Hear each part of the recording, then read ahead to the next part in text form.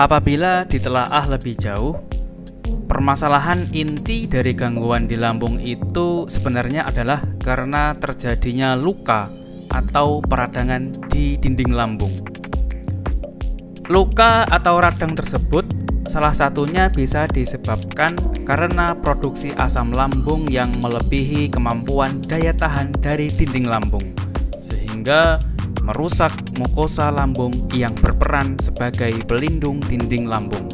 Penyebab lainnya adalah karena adanya infeksi dari Heliobacter pylori ataupun karena efek samping dari penggunaan obat antiinflamasi yang digunakan secara jangka lama.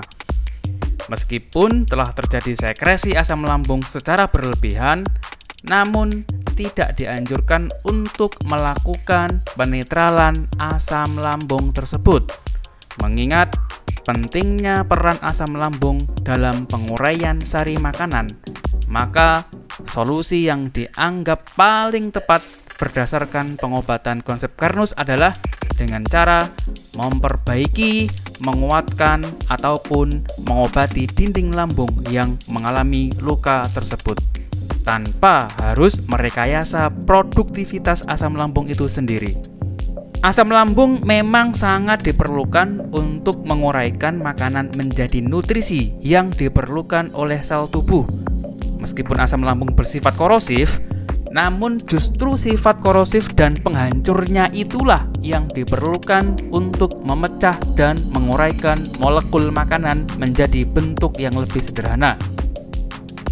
Kalau asam lambung menjadi netral, maka organ lambung akan kehilangan fungsinya sebagai pemecah enzimatis dari makanan yang kita makan. Namun tentu saja, untuk mengimbangi sifat korosif dari asam lambung tersebut, mukosa atau dinding lambungnya juga harus sangat kuat dan prima.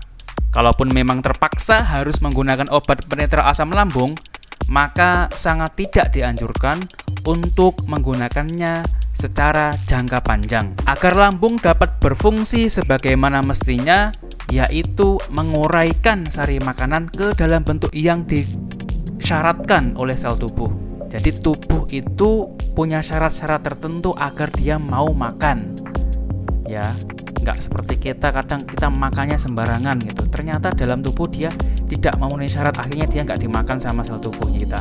Peran mukosa yang sedang mengalami gangguan dapat digantikan sementara oleh suatu bahan makanan yang bernama pati resisten.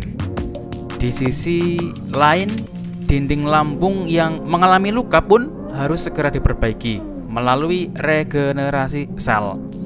Sistem tubuh kita sendirilah yang dapat memperbaikinya selama tersedia bahan baku untuk memperbaikinya. Apa sih bahan baku tersebut? Bahan baku tersebut adalah sejenis protein tertentu seperti kolagen yang berguna untuk membantu mempercepat regenerasi sel di daerah dinding lambung. Menurut pemahaman konsep Carnus, saat lambung mengalami gangguan, maka tindakan yang dilakukan adalah dengan berusaha merekonstruksi pada bagian yang mengalami masalah, kan dengan melakukan penetralan pada asam lambung.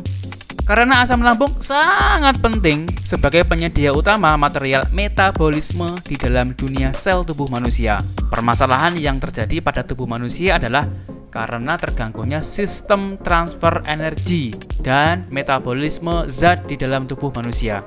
Riset yang dilakukan oleh peneliti Carnus telah menghasilkan suatu zat untuk melindungi luka lambung tanpa harus melakukan penetralan asam lambung dan sekaligus memberikan protein rantai pendek yang langsung bisa dihidrolisis oleh enzim lambung meskipun kondisi lambung sedang mengalami luka. Canggih ya.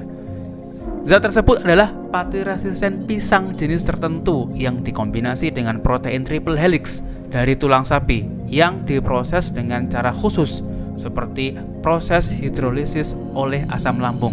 Nah, ini kapan-kapan teman-teman kalau mau lihat prosesnya bisa japri ya. Manifestasi dari formulasi nutrisi tersebut terwujud dalam produk nutrisi bahan pangan fungsional yang bernama alga kolagen sereal atau biasa disingkat AG sereal.